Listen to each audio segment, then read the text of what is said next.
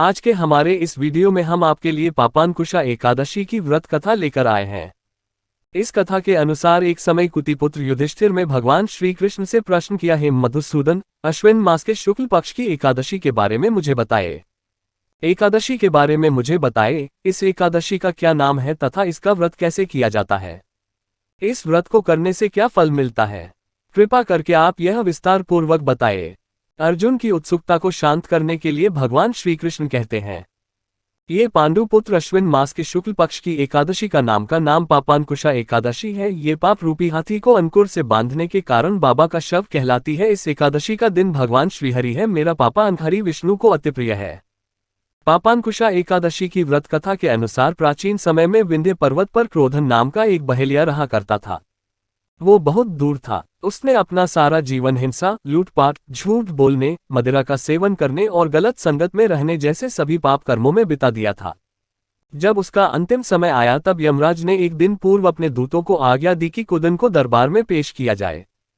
यमराज के दूत एक दिन पहले ही को धन को लेने आ गए और यमदूतों ने उस बहेलिये से कहा, कल तुम्हारे जीवन का अंतिम दिन है, कल हम तुम्हें लेने आएंगे। ये सुनकर वो बहेलिया भयभीत हो गया और ऋषि अंगिरा के आश्रम में पहुंचा। वहां उसने महाश्री अंगिरा के चरणों में गिरकर प्रार्थना करी थी, ऋषि के मुनिवर, मैंने अपना समस्त जीवन लूटपाट, झूठ बोलने, मदिरा सेवन करनी तथा गलत संगत में बिता दिया। कृपा करके आप मुझे कोई ऐसा उपाय बताएं जिससे मेरे समस्त पाप नष्ट हो जाए और मुझे मोक्ष की प्राप्ति हो जाए। इस प्रकार बहेलिया के अनुग्रह करने पर महर्षि अंगिरा ने प्रसन्न होकर उसे अश्विन शुक्ल पक्ष की पापांकुशा एकादशी का विधिपूर्वक करने को कहा तथा श्री हरि विष्णु के पूजन का विधान बताया। उस बहेलिये ने ऋषि अधीरा द्वारा बताए अनुसार विधि विधान से पापांकुशा एकादशी का व्रत किया।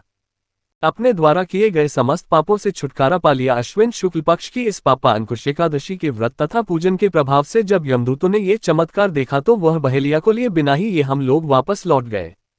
भागवत कृपा से बहेलिया विष्णुलोक गया। आगे भगवान श्री कृष्ण कहते हैं, पापांकुशा एकादशी का व्रत उपवास करने से सभी प्रकार के पाप नष्ट हो जाते हैं तथा व्रत करने वाला मनवांछित फलों को प्राप्त करता है।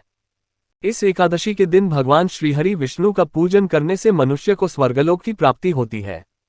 हे अर्जुन, जो फल मनुष्य को कठिन तपस्या करने से प्राप्त होता है वो 5 पापांकुशा एकादशी के दिन शेष सागर में शेषनाग पर शयन कर रहे भगवान श्रीहरि विष्णु को स्मरण कर देने से ही प्राप्त हो जाता है। मनुष्य को यमलोक की यातनाएं सहन नहीं करनी पड़ती। व्यक्ति को अपने जीवन में किए पापों से बचने के लिए अगर संकल्प करके पापांकुशा एकादशी का व्रत करना चाहिए। जय श्री हरि विष्णु।